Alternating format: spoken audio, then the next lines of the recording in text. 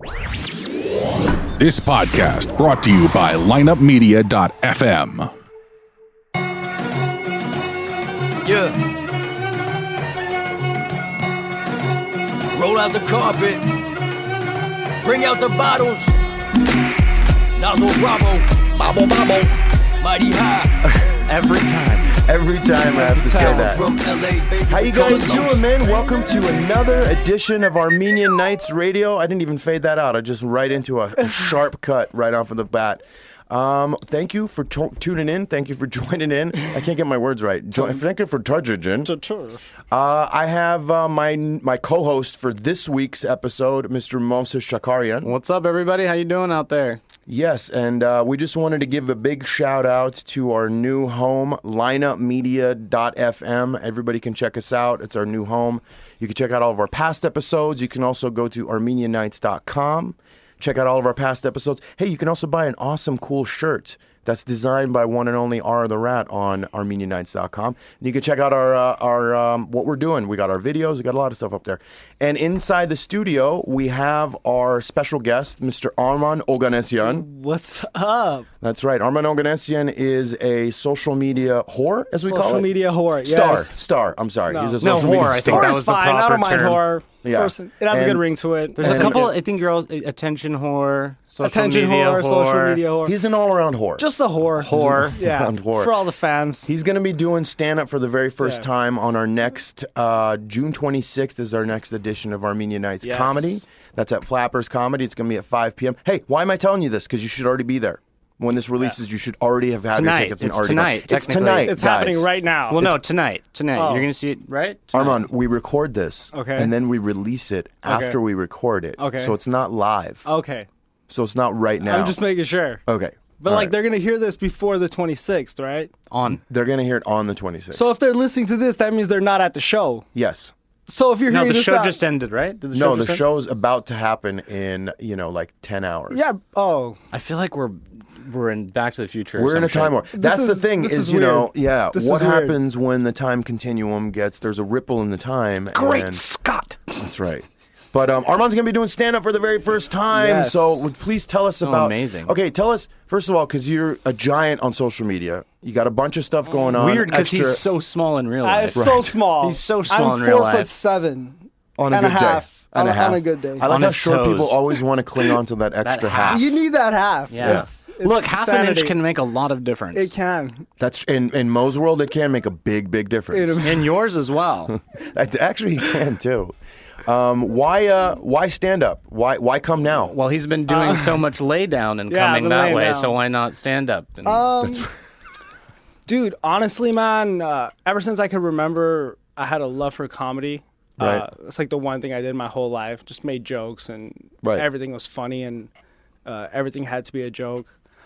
I watched like a lot of stand-up growing up. I don't know why it took me so long to do stand-up. Yeah, because we've been asking you to do it for a long, long time. Yeah, You've been with us. I know. You've been with our group for almost 2 years. I know. I don't know, man. It's a lot of nerves, and I guess since I love it so much, and I grew up watching the greats, I want to do really amazing my first time, or just any time. So I feel like I set the bar really high for myself. It's like maybe fear of failing or not, hitting the bar that I set for myself. So That's true. yeah. That's totally understandable. I know. But Armand finally is going to do stand-up. Arman's finally going to do stand-up. I feel We're like it's going to be excited. awesome. I'm excited as I'm so fucking excited, man. I've been working hard. Michael is awesome, gave me the comedy Bible. Mo is awesome, helps me a lot. You guys, I say that like you guys are not here. I say that like I'm talking about people that are not here. But they're definitely awesome. It's gonna be good, man. I'm excited, dude. So I tell can't us, wait. what was your because we were talking about this in the car on the drive up here about your influences and what you like. What was the greats to you? Yes. And I think it was interesting that you said because you're completely in a different age group than Movses and I. Yes. I'm almost double What? your age. You guys are like what? I'm 60, 72. You fucking watch your mouth, right? You I'm watch your mouth. 72. You guys were No, but you were saying that your influence was Eddie Murphy and one of the Eddie Murphy, Richard Pryor. Mount definitely. Rushmore of Yes. comedy almost. Yes. Honestly, my biggest influence is Jim Carrey. Right. Probably one of the first things I ever watched on television was Dumb and Dumber. And I was like, this is amazing. For stand-up, though? That was your inspiration for stand-up? Well, he's amazing at stand-up, too. But just for comedy in general, like, I watched it, I was like, this is fucking amazing. Like, this is so funny. And all I wanted to do after that was just make people laugh. Like, I'd go and impersonate Jim Carrey, and I'd talk like him. And, everything I'd see, I'd do it in school. And I just wanted to be that guy that was making everybody laugh, you know? So he was one of the biggest influences. But, like, as far as, like, stand-up, Richard Pryor is amazing. I love Dane Cook. Kevin Hart's amazing. See, a lot of comics are afraid to say that. I'm a big Dane Cook fan, and I was a Dane Cook fan, when his first album came out, and, Vicious Circle and all that stuff. And a lot of comics kind of hate on him, and they don't want to admit that Dane Cook is really funny. He's funny, man. What do you think, Mo? Do you think... Dude, I think he's funny. I mean, like, the fact that he went on the Louis show and just confronted that whole incident with being accused of taking a bit from Louis, which was, It was close.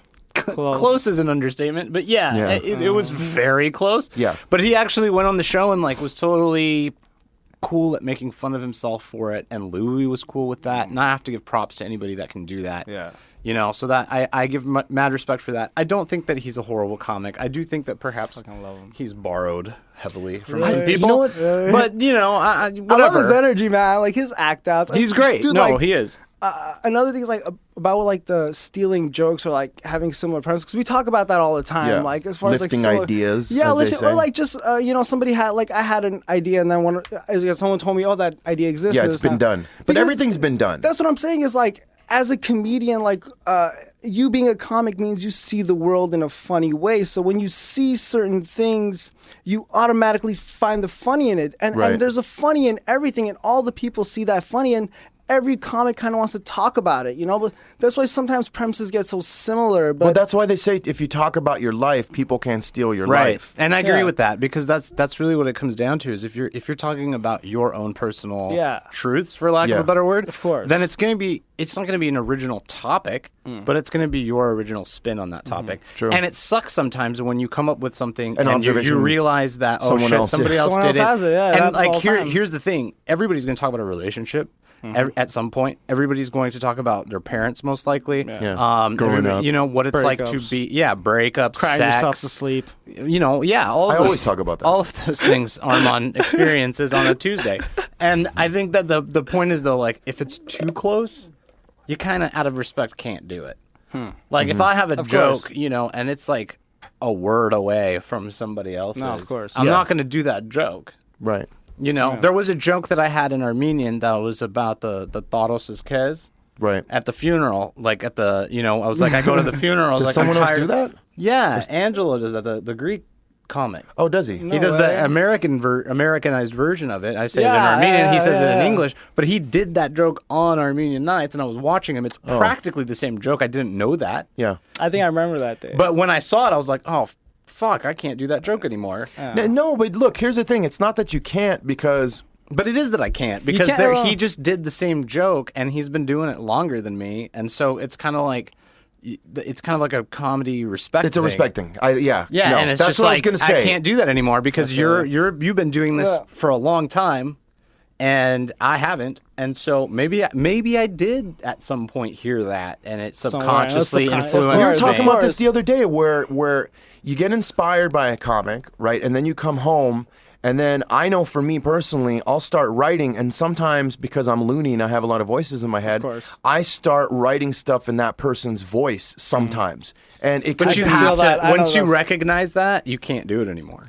Yeah. And I think tie it back to the Dane Cook thing, I think maybe he continued to do that after he recognized that to a certain extent. That's the problem that people have with them. But the other problem that people have with them is that it's not in the traditional joke format. It's not in the traditional setup. That's what I love about it. That's what I love about him too. Best. But I think that's what the problem people have with a lot of his stuff is that it's this. Oh, the guy's just telling stories. Who cares? He's funny. Yeah, that it's funny. Kickstand, like the leg when a girl's pissed at you, she kickstands her leg out. Everybody, the whole thing is so like, funny. Right now, we're saying that, and everybody's listening who knows Dane's stuff knows exactly what we're talking about. Exactly. That's what makes it a memorable bit. From what I understand, he was a complete hustler. Hell Like yeah. he was a workhorse when he started, and he promoted himself. He had Yeah. material. He hit MySpace Didn't he before sell a out lot of Madison people Square did. Garden? yeah, I that's- think so. that's- Yeah, that's You know who did that fucking first? hustle. way before that. Dice Who? did that. Andrew. Who? Andrew Dice you said Clay. Dice. You said Dice. you should Hickory know. dickory I know, dock. of course. Hickory dick. Yeah. What's in the bowl, bitch? What's in the bowl? What's in the bitch? bowl? So what? bitch? Sorry, I didn't mean to cut Sorry. you off, but It's you were alright. saying some bullshit. Oh yeah, I don't know. no, Some I was bullshit saying we he didn't care hustled. about, yeah. He hustled. So when he started his comedy career, he put out material. He hustled. He went out like the fucking dudes on the Venice Boulevard, being like, "Check out my CD, bro." Like yeah. he Right. hustled. Yeah. and he got people to his show, and he worked like hard Fuck yeah. in the beginning. You gotta and you show have to respect that. You gotta You know, respect to a it. certain extent. Now, when you cross the line and you start stealing people's jokes, and people become. And you become aware of it because people have told you about it. My personal opinion is you stop doing those jokes. No. Yeah. So Dane Cook is one of my favorite comics, guys. That's So yeah. Oh wait. Speaking Yeah, of let's get- speaking of one of your favorite comics, let's talk about you because I Okay. know you really I'm like one of you. my You favorite really like comics, you yeah. some you. I love And Arman. you Yes. have never the loved- Arman. I've never loved anybody as much as Arman loves himself. I know. Yeah. I can. So tell us about your Armand show that you got. Oh yeah, dude. Armand show. Well, honestly, man, that's where like a lot of my focus is going right now, and a lot of my ideas. I kind of created this show, like it has like you get me, it has like a really weird format, like a really like unprofessional feel to it, like camera guys talking in the shot. And I kind of wanted to create like this weird, like breaking down the fourth wall, and everybody in the film is part of the film. You know what I mean? Like, Right. You know, like the cameraman is an actor as well as a cameraman. The sound Were guy. you influenced by anything that you saw Oh hell yeah, with that? dude! Like I've always loved. It's a mockumentary, and I've always loved the mockumentary style. I've always Right. loved. Spinal Tap and all that. Yeah, I've always loved like a confessional to kind of like explain the situation and give like the viewer a little depth inside. You know what I mean? And a depth inside like what each individual character is thinking. So I definitely knew I wanted something with a confessional feel. You know, like The Office is like a big inspiration because they have that. Parks and Rec, and you know, just I don't know, man. It's just like. Where can we see it? You guys see it on YouTube. You guys could search the Armand Show. The second episode is about to come out. I actually saw. Okay. Michael fell asleep, guys. That wasn't me. That was okay. That was But the second episode, dude, I saw the second episode, man, and it's pretty fucking hilarious. Like, it's gonna be pretty good, man. I can't wait till people see it and watch it. You guys should subscribe. Arman Oganesyan. On YouTube, The Armand Show, Episode 1. So are you making it like how there's going to be like an overlaying story arc where you're going to come back and some of the characters all kind of weave into each other? Yes. It's a big world? Hell yeah. Of Like course, an Armand man. world type Yeah, thing? that's why I wanted to keep everybody that comes in. Did you say Armand world? Yeah. That sounded fucking amazing. That's better than the Armand Show? I should rename Name- I should rename the the show Armand the World? Armand Armand's yeah. World. Armand's World. It's like yeah, Wayne's of course. World, but Yeah. not as funny or talented. But that's why I wanted everybody. It's fucked up. I'm trying to talk, so I'm not listening to everything. There's a lot of like jabs being thrown, guys. I love No, it. no, no, I go, love go, you go, guys. go. I love you. Why guys. is it a jab? Why can't it just be It's like truth? a slap. It's like a nice slap to the ass. Yes, but yeah. What was I getting at with this? You? We're talking about you? I think Yeah. we were talking about me. Oh Let's yeah, bring I was it saying- back to you. Yes, and I was saying that's why I like to bring all the characters that come in as themselves, so I can just kind of introduce my friends too, and kind of give everybody a background on them. You know what I mean? And it's such a cool little concept where like you can be yourself in a show that's scripted, and you're having fun with it, and you can bring in all these different ideas, and you can bring in your friends, and they can come in and have fun. So It's like a loose parody of yourself, though. yeah, it's like That's good. I mean, that's what's hot right now. I mean, It Dice is. has this show. Sorry, Dice is Andrew Dice Clay. Okay. He's a Bamford, he's a very, Maria very Let me Bamford. write that down. Yeah, Let Marie me- Bamford is doing Can I- that too. okay. Who else is doing that? I mean, that's kind of the Well, thing Louis to do. kind of Is- done that. Yeah. Seinfeld's Okay. done that. All right. A lot of okay. Yeah. Ray Romano. Yeah, I mean, no, I mean, look, we've got when you're talking about Seinfeld and Ray Romano, I think that's more of the sitcom. It is. This is the reality-ish yeah. take of that. Yeah, exactly. But it's the same format. Yeah. Yeah. It's Yeah. a loose fictional based on the comedy and their stand-up. Yeah. Actually, what I did is, funny you guys mentioned that, is I was actually thinking the other day, like, what can I do with this show to kind of set it apart and not have it be like even though it's not, but not have it be like your traditional, like, series. So I decided to add, like, little, like, pictures that pop up on screen, and there's, like, all these little weird things that happen on screen now, and writings, and so it's going to be like, have you guys ever seen, like, those sports shows? Where they're like drawing on the screen as things are happening. Yeah, It's gonna like be all the sports Yeah, shows. there's gonna be like all these weird things that come into play that's gonna kind of take the show to like another level, where it's like a mockumentary with all these like interesting things that pop up on screen. It's like a different layer to an already funny joke. So That's cool, man. it's gonna I set really apart, dig it. yeah. I really like it. He's breaking the fourth wall, then he's rebuilding it. Then he's rebuilding the fourth wall. wall. We're going to break in it an and then rebuild absurd it. way. I like that. I no? break it down. I'm like, we can rebuild it better, and then we Yeah. build it, but we break it down again. We rebuild it better. Yes. Michael Gregorian likes to break the third wall. When I he's love performing. breaking the third wall when I perform. It's one of my Yes. favorite things to do. Can you explain and to the listeners at home what that means? the third Please. wall is where you make the audience feel very uncomfortable. You're based on really your good at comedy, that. which I'm really good You're at so doing. good at that. I like to actually alienate the whole audience, which I did. I was talking about this the other day. As a badge of honor, I made someone walk the room, and when comics say walk the room or walk someone, it means when they actually get up and they walk away. And I took it as a badge of honor. Somebody said that I was racist because I was doing a joke that it was speaking about Asian bums, and I was saying how you never see an Asian bum, and then I was saying how, what did he do to get to this spot? And then from there, I go into an Asian voice. But there's like 4 Asians inside the room. And it wasn't any of the Asian people got mad. It was the uptight PC white girl. She's like, oh my God, I can't take this. PC white and she girl. left and was saying how I'm racist. Can you do that super racist impression of the Can you PC please? white girl again? Oh my God. Oh my God. So I'm offended. I don't even know why I'm Look, but offended, we're but I talking know about that I Chinese am. people. we were talking about this last night, how you can do the white voice and you can make fun of You're white allowed privilege to and shit white. on white people. Yes. You are. You are. But anytime you shit on another race, it's not okay. It's not okay. not Why okay. is that, do you think? Did we ever get to Because you're why not the other last night? race. I think the why is that because the white people have been the majority, and there is such a thing as white privilege, and I'm not racist against white people. I love white people. Most of the people I sleep with are white. Yes.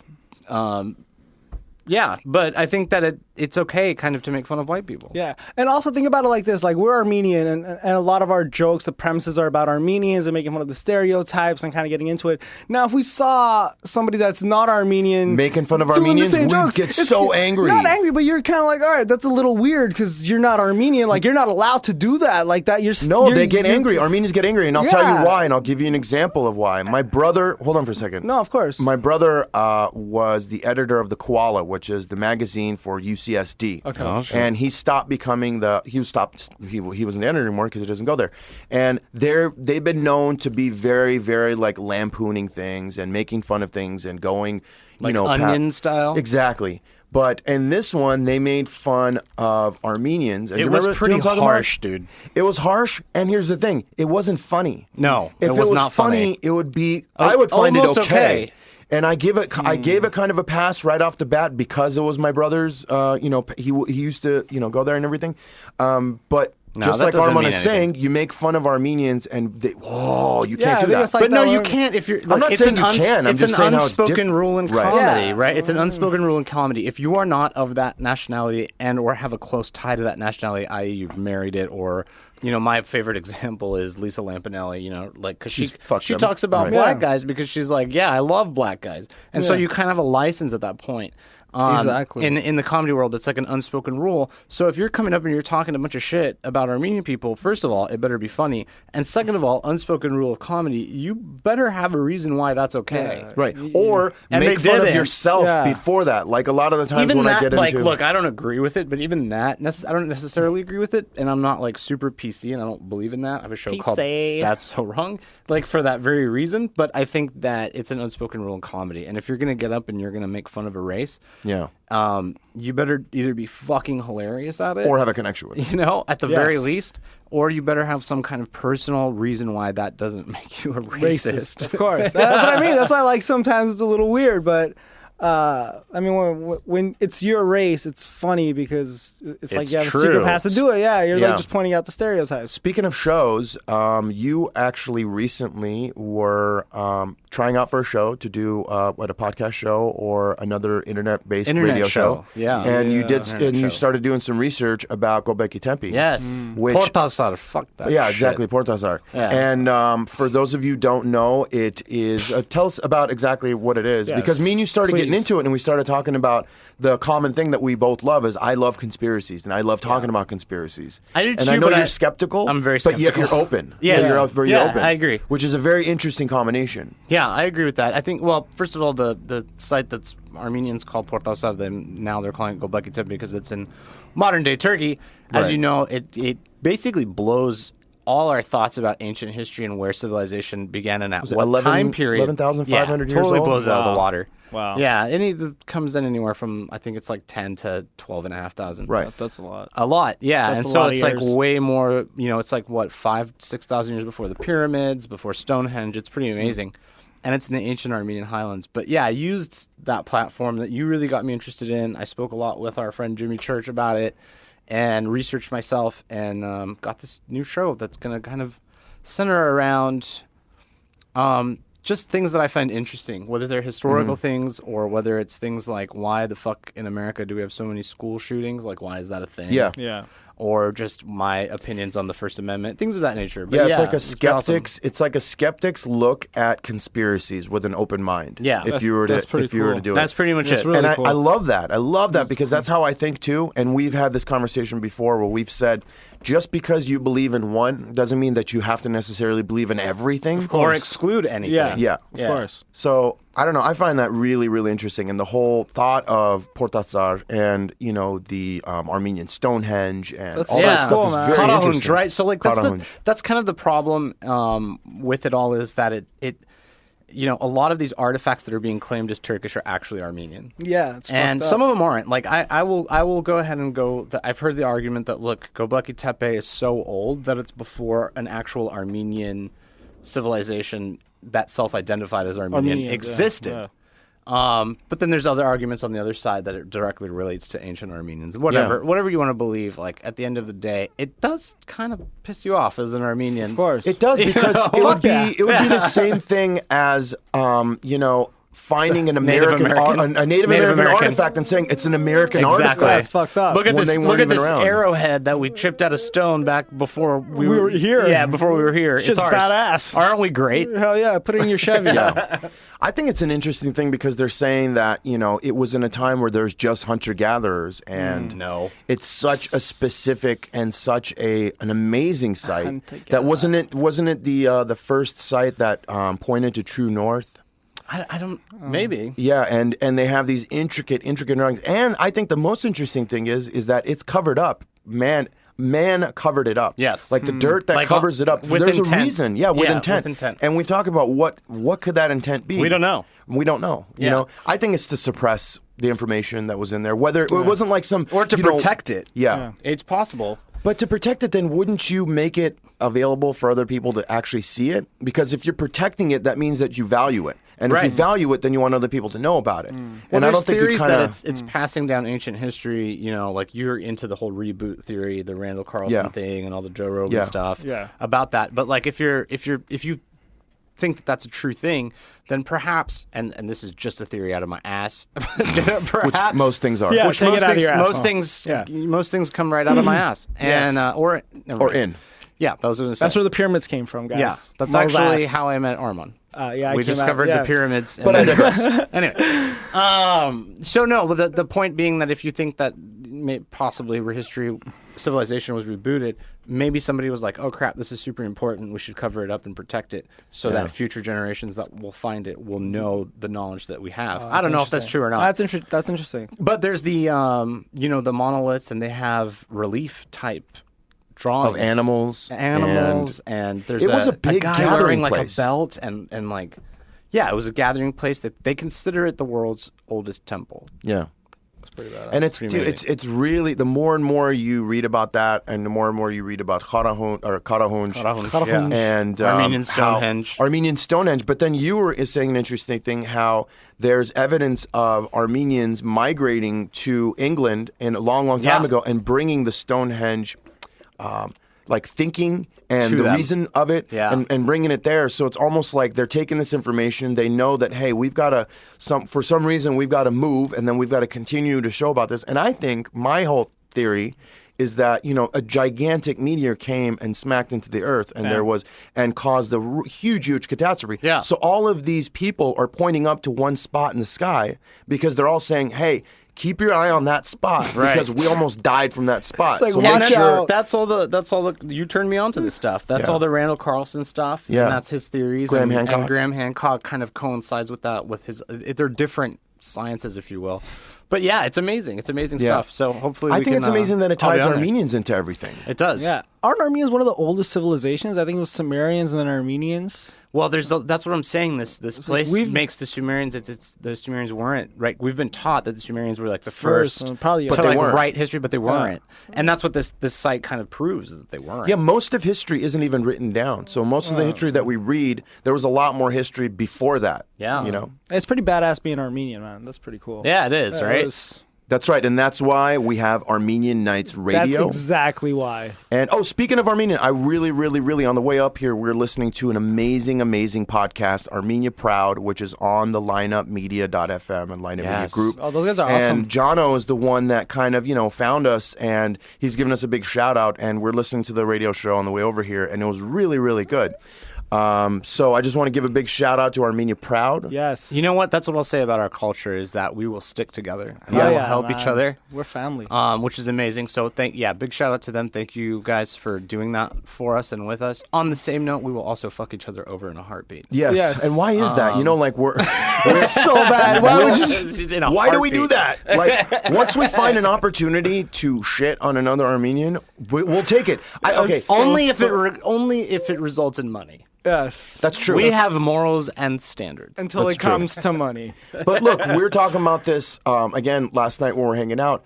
I think that Barskahais shit on Hayastansis. Hayastansis shit on Barskahais, and then we all shit on Berutsis, kind of, That's in a way. so fucked up. And then randomly is. we have a Lenan Gansi. Like, who I'm the a fuck Lenan knows what that Gansi. What is? does that mean? I have no idea what that means. Dude, Tell Lenak- everyone. Honestly, man, Lenakansis, they're probably like the most like hardcore version of an Armenian. Like, they are the most badass people. Like, and Lenakansis. This is why nobody's ever heard No, of them. listen. Yeah. Lenakansis actually considered They're really badass. They're considered the funniest Armenians. Like By who? Lenakansis? By Lenakansis. By other Lenakansis. Lenakansis consider other Lenakansis the funniest people in That's Armenia. because you're the only people that can understand what the fuck you're saying. When it's That's only why-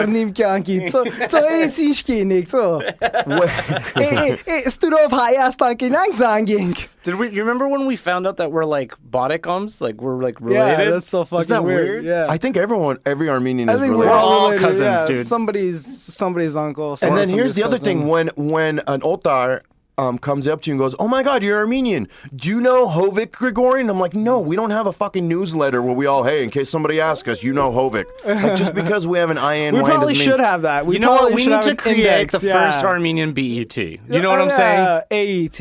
Armenian Entertainment Television. yeah. That's totally not a ripoff at all. No, we should make an index. It's the Dane Cook of network. Of network. It's the Carlos Mencia of networks. That's so fucked up. Carlos that'd be great, Mencia. dude. We Hey, should. big shout out to Carlos Mencia, though. I'll have Why? to say, because I'm going to do his entire set the next time I go. Oh hell on yeah, stage. dude. Yeah, some of his all of his stuff is stolen. The guy's name's not even. Yeah, can you stop Carlos. doing that? Okay. Can you stop? All right. One for talking. Okay, I'm sorry. All right. No, I'm just kidding. Yeah. got super So serious. how look like, and we're about to wrap it up here, and actually half an hour has gone really fast. So I want to go around, and I'm going to ask you the 3 questions that I'm going to ask every single one of our guests. That I've Yes. asked every single one of our guests, and Awesome. keep in mind, don't have a lot of time. Okay, So I'm gonna be don't fast. go blabbing. Okay. All right. Here's the 3 questions. First question is, what's the most Armoist thing you own? The most Armenian thing I own is probably tzitzak goshikne that are half leather and half zamsh. What's so half zamsh? suede. For those who don't know, for the non-Armenian listeners, it's half leather and half suede, and it cuts right in the middle, and they're fucking amazing, and I wear them all the time when I cry. So why when you cry? All right, that makes sense. So what's the most and really think about this, what's the most Armoist thing you've ever done? Dude, honestly, when I was in high school and I was in like 10th grade, I was really robbies. So I'd go to school every day wearing like a black button up, black shoes, black pants, and it was just like all around just like the most robbies thing ever. So that's the most Which robbies brings thing. me to our weird observation that Robbies is like to dress like they're going to a funeral. Exactly. Yeah. All the time. Or they're the most feminine Armenians on the face of this earth. Well, we know that's true. Yeah. Man, I told you guys this half an hour is going to go really, really fast. Yeah, so what? last more question. question. Okay. Last question. We'll do it fast. What would your parents say if you started dating an Otar and or a Sevakan? Honestly, I don't think they would mind at all, man. My parents know me, and they know that if I date somebody, that they understand that I'm dating that person and not them, and they just gotta respect it and accept it. Well, I was looking for something funny, but I know clearly you were. you're not going to give me anything funny. No, man, we so- gotta be genuine, bro. He's being honest. Fuck yeah, I don't lie, being honest. bitch. We ain't Man. fucking around. Hey, so listen, please go to ArmenianNights.com. Check out our past episodes. Check out our videos. We've got a lot of funny videos on there. We've got a lot of, we put a new shop up where you can get a t-shirt. You can also get our LA Tricolor shirt. That's a collabo that we do with Erratic. And Moses, you want to I just want to say Happy Pride, Los Angeles, because it's Happy Pride, yes. yes. Let's get Yes. Pride. Happy Pride. It's not yes, fuckers. It's yas. Yas. So on the count of 3, let's go out with a big yas. Yas. Yas. Thanks for tuning in, and Peace. please tune in next time Bye. to Armenian Nights. Yeah. Roll out the carpet. Bring out the bottles. Nozzle Bravo. Mighty high. Coming from LA, baby, we call it Los.